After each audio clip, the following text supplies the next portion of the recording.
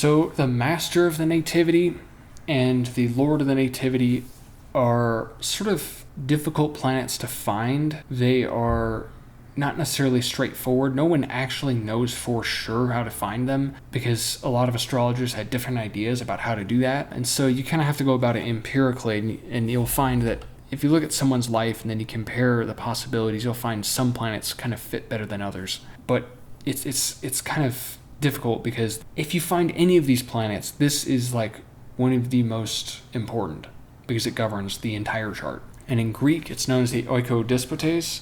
In Arabic, or Latinized Arabic, it's known as the Alcocoden, which is passed around in medieval texts a lot. So that's like the more common name is the Alcocoden. That's probably the name I'll use from now on.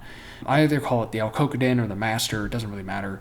And it's thought to determine a person's life expectancy along with the predominator. And the predominator is otherwise known as the helig, or hilaj in Arabic. The helig is what basically where you find the Alcocoden from. So those two together basically, and there's different techniques, but basically it generally gives you the life expectancy of the native. And that could be like a week, it could be a few months, it could be like they die on childhood, or it means they'll make it through adulthood and then die at some point much later. And there's actually, I forget who, I think it's Ptolemy, gives like specific cases of like some natives who have like no Alcocoden or something, and they won't make it past childhood because of that. So to a degree, you can actually predict crib deaths, apparently. And this actually kind of brings up a moral dilemma, like when you try to explain this to people, because predicting how long somebody is going to live is kind of a touchy subject for a lot of people. But the Master of the Nativity is the thing that hosts the life force of the native. The predominator, or the helig, is the life force, but the Master of the Nativity governs that. It allocates it. So that's how it determines how many years, because it distributes that over the lifetime of the native. And it's basically responsible for, upkeeping and managing the native's well-being. It's sort of the final arbiter of all decisions regarding the native's energy and overall direction in life. It's kind of like I said, it's kind of like the owner of a ship versus the captain of a ship. And like I said, finding the Master of the Nativity is sometimes difficult. The Master will indicate how long someone will live, their physical health, and their support, how that is supported throughout their entire life, the character they will have, and even the form of their body according to valence.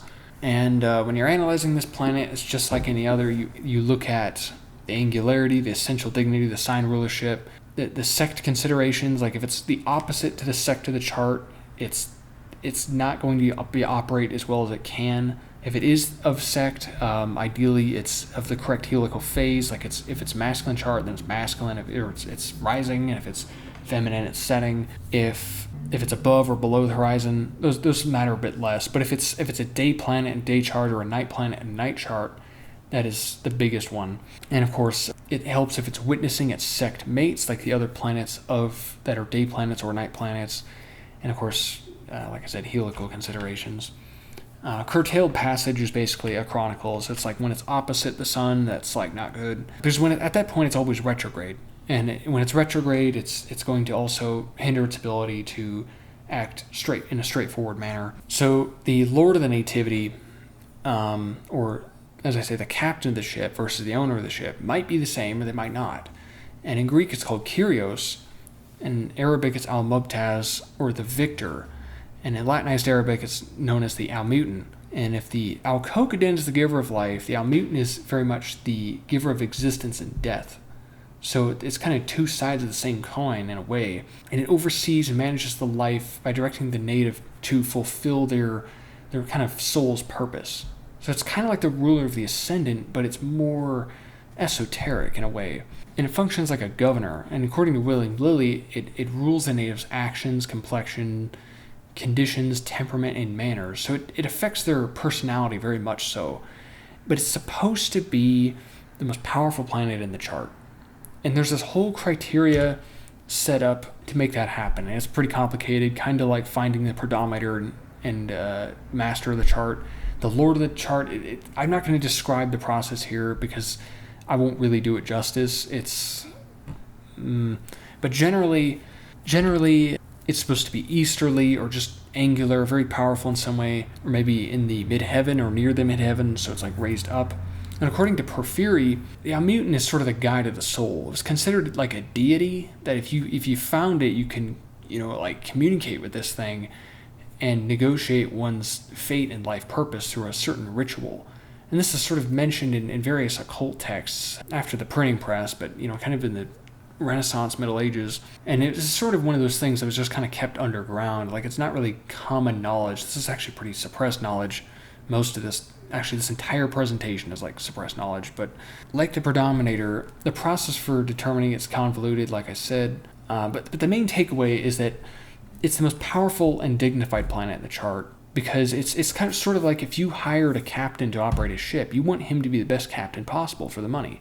So you want the best planet in the chart, if you can. So, because it's going to do the best job. So you want it to be the most angular, have the most resources to accomplish its job, so on and so forth. But this is how you would actually go about, if you wanted to figure out what somebody's purpose is, when you figure out what their disposition is like, these are the planets you look at.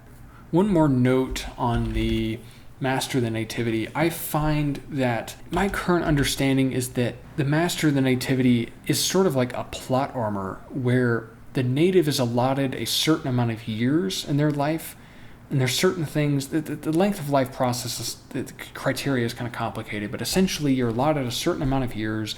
There's things that take away years, but there's like a minimum amount of time you're allotted and energy you're allotted to achieve your purpose in life. And until that is run out, you are like sort of protected from major injury or death, unless that is part of the process. Anything that would prevent you from achieving your purpose isn't going to be allowed to happen. But after that time is up, your plot armor is gone and you can die for stupid reasons. Like you can, like trip off a curb and snap your neck and die. It can happen. But if you have plot armor, if this thing is on, well, you can like get in a car crash and like go through the windshield and, not be crippled for life, basically. You might get, you might get injured, but you may not necessarily get killed. And so this kind of goes into the whole raging debate of fate and fortune and where that line is drawn. And I mean, who knows? But the understanding of these ancient astrologers is that your life is more or less fated, and there's free will involved in it because you're the one living it. But there's ways to determine what you will do, how you will live, and how long you will live based on these techniques. Really blew my mind when I came across this stuff. I'm sure it will yours if you research it. So I'm looking at Robert Downey Jr.'s chart in Placidus, and it's appearing, based on my understanding, it seems most likely that the helig in his chart this one's fairly straightforward actually. It's probably the sun, and it's most likely that the Alcocaden is Mercury. Mercury or Jupiter. According to Porphyry, it's probably Jupiter, but I'm leaning toward Mercury because he's most famous for his acting ability, especially the gift of the gab. He has that Aryan bluntness to him, but it's sort of worked for him, every character he's played.